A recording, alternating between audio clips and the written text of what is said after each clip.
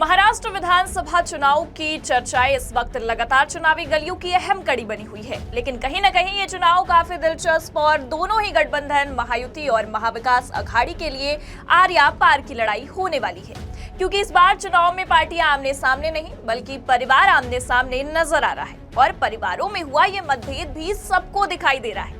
अब इस चुनावी माहौल में दोनों गठबंधन ने तो अपनी अपनी चाल चल दी और कहीं न कहीं ये चाल कामयाब भी होती नजर आई और चाचा भतीजे एक दूसरे के आमने सामने आ गए।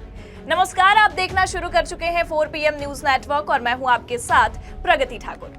आज हम बात करने जा रहे हैं पवार फैमिली की, क्योंकि इस महाराष्ट्र चुनाव में जिसने सबसे ज्यादा सुर्खियां बटोरी है वो है ये चाचा और भतीजे, और महाराष्ट्र चुनाव में जंग भी इन्हीं दोनों के बीच छिड़ी हुई है। गठबंधन तो बस एक हवा का झोंका नजर आता है। दरअसल आपको बता दें कि महायुति गठबंधन में शामिल अजित पवार के एनसीपी ने बुधवार को महाराष्ट्र विधानसभा चुनाव के उम्मीदवारों की पहली लिस्ट जारी कर दी है।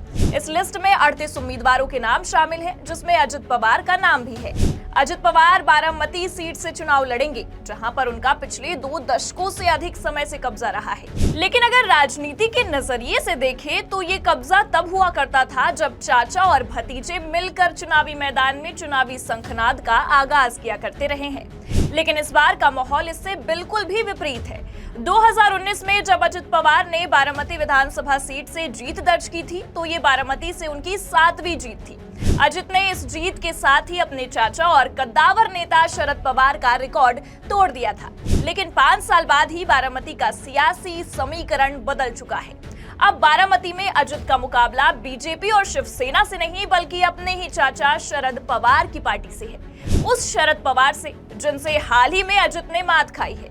अब ये मुकाबला और भी दिलचस्प होने वाला है, या साफ तौर पर कहे तो बारामती सीट महाराष्ट्र विधानसभा चुनाव की सबसे दिलचस्प और हॉट सीट होने वाली है, जिस पर सबकी नजरें भी टिकी हुई हैं, क्योंकि यहाँ एक ही परिवार के 2 लोगों के वर्चस्व की लड़ाई होने वाली है।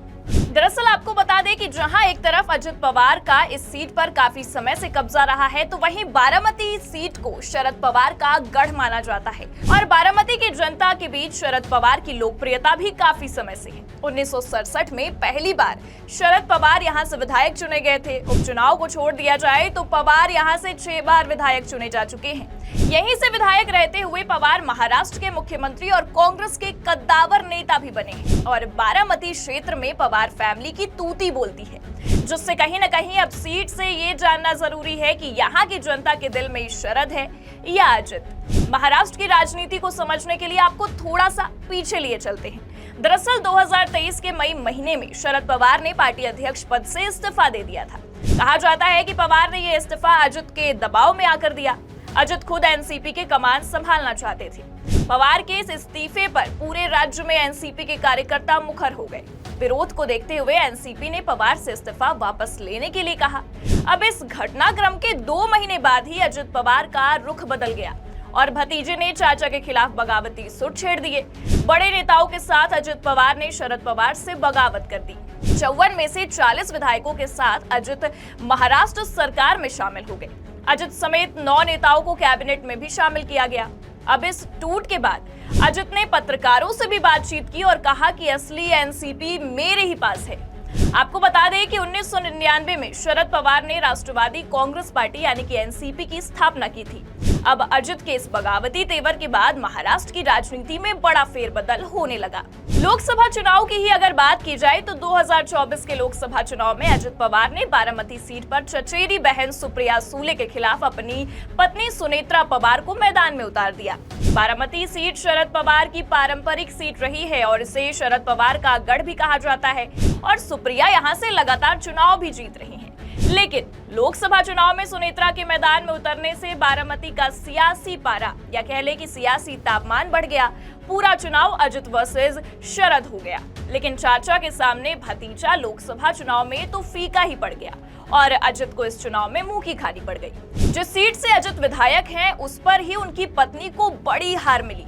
सुनेत्रा बारामती सीट पर बुरी तरह से हारी। इस हार ने अजित की सियासत पर भी सवाल उठा दिया और कहीं न कहीं ये भी समझ में आने लगा कि बारामती सीट पर अजित नहीं बल्कि पवार परिवार यानी कि चाचा शरद की तूती बोलती है। उसके बाद इस विधानसभा चुनाव में लोकसभा के बाद से ही ये चर्चाएं होने लगी थी कि अजित खुद विधानसभा चुनाव नहीं लड़ेंगे, बारामती से वे अपने बेटे को चुनाव लड़ा सकते हैं। हालांकि अजित ने इन चर्चाओं पर अब तो विराम लगा दिया है और ये साफ हो गया है कि बारामती सीट से अजित खुद मैदान में उतरेंगे। ऐसे में सवाल तो यही उठ रहे हैं कि क्या अजित की नैया इस बार पार लग पाएगी। एक तरफ जहां जीत या हार की बात अभी सामने आ रही है, वहीं अब अगर हम बात करें तो भतीजे अजित की मुश्किलें चाचा ने और बढ़ाकर रख दी है। दरअसल अब एनसीपी शरद गुट और एनसीपी अजित गुट में सीटों का जहां पेच फंसा जा रहा था, अब चुनाव चिन्ह को लेकर भी अलग जंग छिड़ गई है।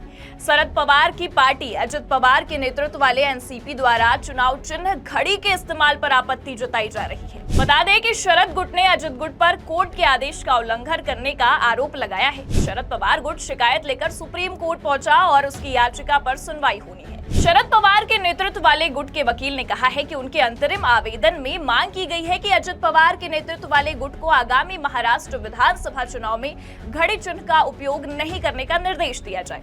आपको इस मामले की थोड़ी सी जानकारी देते हैं। पार्टी टूटने के बाद शरद पवार गुट चुनाव आयोग के सामने लड़ाई हार गया, जिसने अजित पवार को मुख्य एनसीपी के नेता के रूप में मान्यता दी, जबकि विभाजित समूह को एनसीपी यानी कि शरद चंद्र पवार बताया गया। फरवरी 2024 में चुनाव आयोग के फैसले को चुनौती देने वाली याचिका शरद पवार ने दायर की थी, जिन्होंने कहा था कि फैसला गलत था। इसके अलावा दिग्गज नेता ने अजित पवार को एनसीपी के चुनाव चिन्ह यानी कि घड़ी का इस्तेमाल करने की इजाजत देने वाले फैसले को भी चुनौती दी। शीर्ष अदालत के समक्ष दायर कई आवेदनों में ये तर्क दिया गया कि घड़ी का इस्तेमाल वोटर्स को भ्रमित करता है। मार्च में सुप्रीम कोर्ट ने निर्देश दिया कि एनसीपी शरद चंद्र पवार तुरही बचाता आदमी चिन्ह का इस्तेमाल करेंगे। ये किसी अन्य राजनीतिक दल या किसी स्वतंत्र उम्मीदवार को आवंटित नहीं किया जाएगा।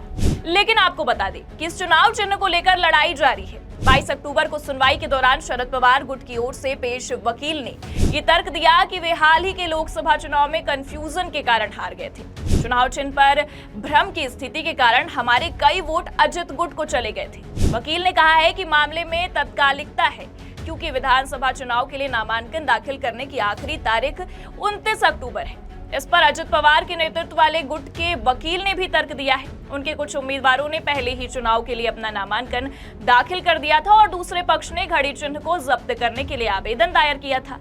लेकिन अब इसे लेकर यही कयास लगाए जा रहे हैं कि अगर कोर्ट शरद पवार के एनसीपी गुट के पक्ष में फैसला सुनाता है तो कहीं न कहीं अजित पवार के साथ ही साथ बीजेपी या यूं कह ले कि महायुति गठबंधन की मुश्किलें भी बढ़ने वाली हैं। लोकसभा चुनाव से ही चाचा शरद ने भतीजे अजित की मुश्किलें बढ़ाकर रख दी हैं। जहां एक तरफ बीते लोकसभा चुनाव में अजित पवार बारामती से बुरी तरह से मात खा चुके हैं। लोकसभा चुनाव में उनकी पत्नी बारामती सीट पर 43,000 वोटों से पिछड़ गई थी। अजित इसके बाद कई मौके पर संकेत भी देते नजर आए कि वे बारामती से चुनाव नहीं लड़ेंगे। हालांकि इस सीट को लेकर अब अजित के नाम की घोषणा हो गई है। ऐसे में तो अब सवाल यही उठ रहा है कि बारामती का जला फिर बारामती क्यों पहुंच गया है। खैर, इसी के साथ जहां सीट को लेकर वर्चस्व की लड़ाई चल रही थी, अब चुनावी चिन्ह को लेकर भी जंग छिड़ चुकी है और दिग्गज नेता शरद पवार ने इस बार भतीजे को मात देने की पूरी तैयारियां कर ली है। और कहीं न कहीं महाराष्ट्र के इस दंगल में ये महायुति वर्सेस महाविकास अघाड़ी नहीं, बल्कि ये एनसीपी शरद गुट वर्सेस एनसीपी अजित गुट हो चला है, जिसने इस चुनावी दंगल को और मजेदार कर दिया है। फिलहाल इस महाराष्ट्र चुनाव में पारिवारिक लड़ाई जो चल रही है, उसे लेकर आपकी क्या प्रतिक्रिया है? अपनी राय कमेंट में जरूर बताइए और आप देखते रहिए 4 PM न्यूज नेटवर्क। नमस्कार।